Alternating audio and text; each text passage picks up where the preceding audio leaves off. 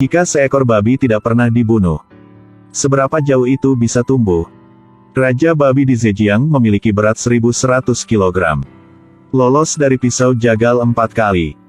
Akhirnya, berlindung di pintu Buddha. Hari ini mari kita saksikan kehidupan legendaris Raja Babi. Tahun 2003. Seorang paman dari Zhejiang Wenzhou membeli babi seberat 25 kg dari penjual babi di desa tetangga. Siap memelihara babi untuk jual biar dapat uang. Setelah beli, selain ekspresi memiliki pola makan yang sehat, tidak ada beda dengan babi biasa. Tapi yang mengejutkan orang adalah penampilan babi ini. Ubah hidup Paman Cao. Paman Cao hidup sendiri sepanjang umur. Tidak punya anak. Hidup dalam kemiskinan dan kesepian. Jadi dia anggap babi itu sebagai anaknya. Setiap hari bawa nasi dan air untuk sajikan kepada anak babi. Tidak lama kemudian, Paman Cao perhatikan bahwa babi ini lebih pintar dari babi lainnya. Apalagi sebelum makan nasi, itu pasti seru banget. Seperti pahami orang. Dari sejak itu, Paman Cao juga lebih memperhatikannya. Di musim dingin dia akan menutupinya dengan selimut. Di musim panas, usir nyamuk biarkan dia tidur. Bahkan memberinya makan beludu rusa dan ginseng. Tumbuh selama sekitar 1 tahun. Babi ini sudah memiliki berat 250 pon. Lihat anak babi semakin besar. Makan lebih banyak juga. Cucu Paman Cao berkata bahwa bisa menjualnya untuk mendapatkan keuntungan. Bujuk Paman Cao untuk menjualnya. Paman Cao sudah tua. Telinganya juga lembut. Setuju dengan cara berpikir cucunya. Panggil tukang daging untuk bunuhnya. Ketika tukang daging mengasah pisau, babi tampaknya menyadari azab yang akan datang. Dengan berani berteriak. Bahkan meneteskan air mata. Seperti memohon Paman Cao untuk tidak membuangnya. Lihat penampakan babi. Paman Cao begitu sakit hati. Ingat hari ketika babi masih kecil, lagi tidak tahan. Bergegas maju untuk mencuri pisau berdarah. Tidak peduli apa, tidak biarkan tukang daging membunuh babi. Lihat Paman Cao begitu keras kepala. Cucunya harus menyerah. Ini berarti Paman Cao akan terus memelihara babi ini. 1 tahun yang lewati. Raja babi sekarang memiliki berat 400 pon. Berat ini jarang terlihat pada babi kehidupan nyata. Orang-orang di desa mendengar kabar itu dan bergegas. Kagumi wajah asli babi ini. Dalam 1 jam, babi menjadi nama terpanas di desa. Dapat melihat Paman Cao semakin kurus. Bahkan ingin berikan sepertiga dari lahan pertanian keluarga untuk babi. Cucu khawatir tentang kesehatan Paman Cao. Keputusan untuk memobilisasi seluruh desa untuk meyakinkan Tuan Cao untuk menyembelih babi. Mereka berhasil atau tidak, jika babi tidak pernah dibunuh. Akan beberapa berat. Setelah lolos dari kecelakaan dari tangan seorang tukang daging, nafsu makan babi semakin tinggi. Dengan cepat menimbang hingga 400 pon. Cucu itu membawa para tetua terkenal di desa. Nasihati Paman Cao untuk menjual babi itu. Namun Paman Cao punya sedikit ragu. Tapi lihat babi seberat 400 pon ini. Dia tahu dirinya tidak akan bisa membesarkan raja babi lagi. Hanya bisa setuju untuk jual dapat uang.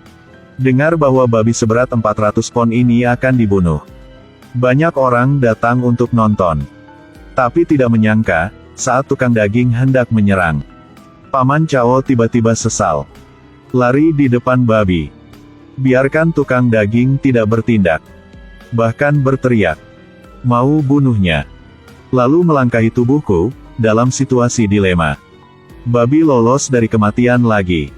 Melihat Paman Cao memiliki kasih sayang khusus untuk babi. Penduduk desa tidak berani berbicara lagi, biarkan Paman Cao terus memelihara babi ini sampai tahun 2007. Babi sudah memiliki berat 900 pon. Panjang tubuh hingga 2 meter. Hampir tidak pernah ada rekor seperti ini. Jadi penduduk desa memberinya nama gemilang, Raja Babi. Tidak lebay untuk bilang. Saat itu, ada puluhan desa di sekitar sini yang tidak tahu tentang babi ini. Tahun baru Imlek tahun itu. Seseorang di desa gunakan alasan untuk bekerja di 100 nampan makanan. Tawarkan untuk membeli Raja Babi dengan harga tinggi. Tepat ketika orang berpikir bahwa Paman Cao akan menolak seperti 2 kali sebelumnya. Dia lagi setuju. Bahkan membantu Zhang La masukkannya ke mobil. Secara pribadi mengirim babi ke rumah untuk membelinya. Ternyata Paman Cao karena usianya hampir 80 tahun. Pada dasarnya tidak dapat menghasilkan uang lagi. Tidak punya anak. Selalu harus memikirkan hidup.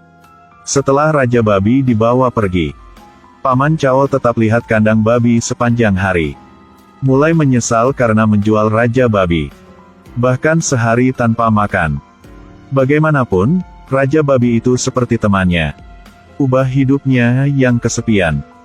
Bantu dia perlahan berkenalan dengan penduduk desa. Tidak sepi lagi. Tetapi jika tidak menjual, lagi tidak akan punya uang untuk melanjutkan hidup. Paman Cao harusnya terima nyata. Tapi untungnya, Tuhan tidak menyerahkan nyawanya. Raja Babi seberat 1.100 pon di Zhejiang ini telah lolos dari tukang daging 3 kali. Akhirnya telah masuk pintu Buddha. Tahun 2008. Paman Cao kebetulan mendengar bahwa Raja Babi dibesarkan dengan tangannya sendiri setelah dijual. Tidak dibunuh. Tapi diselamatkan oleh seorang lelaki tua bangsawan di kota Tadang. Paman Cao putuskan datang Tadang untuk temukan Raja Babi. Tapi ketika dua pria tua bertemu, tidak bisa melihat Raja Babi lagi. Apa yang terjadi? Ternyata lelaki tua di kota Tadang berpikir Raja Babi bisa tumbuh hingga ukuran yang begitu besar, mungkin Zubaji bereinkarnasi. Ribuan kali tidak bisa membunuh. Bisa hindari bencana. Tidak lama kemudian, dengan bantuan filantropis lokal, pria tua itu mengirimnya ke kuil Lian Fongzhen. Babi ini akan berlindung di pintu Buddha. Suar adalah Raja Babi. Terima perawatan khusus oleh kepala biara. Dari sejak itu, Raja Babi menjalani hidup tanpa kekhawatiran apapun. Bahkan beratnya telah meroket hingga 1.100 pon. Itu bukan hanya keunikan kuil. Lagi adalah harta karun seluruh kota. Banyak turis datang karena mendengar namanya. Lihat Raja Babi. Tapi keindahannya tidak bertahan lama. Tahun 2009 ada artis yang membidik kulit Raja Babi. Berniat membayar 50.000 yuan untuk membeli dan lukis di tubuhnya. Namun kehadiran Raja Babi secara langsung mendorong perkembangan ekonomi pariwisata setempat. Kepala biara dengan tegas menolak permintaan artis. Kali ini, Raja Babi tidak lagi diancam oleh pisau bedah. Dengan pertumbuhan internet, kisah Raja Babi yang melarikan diri dari tukang daging 4 kali menjadi viral.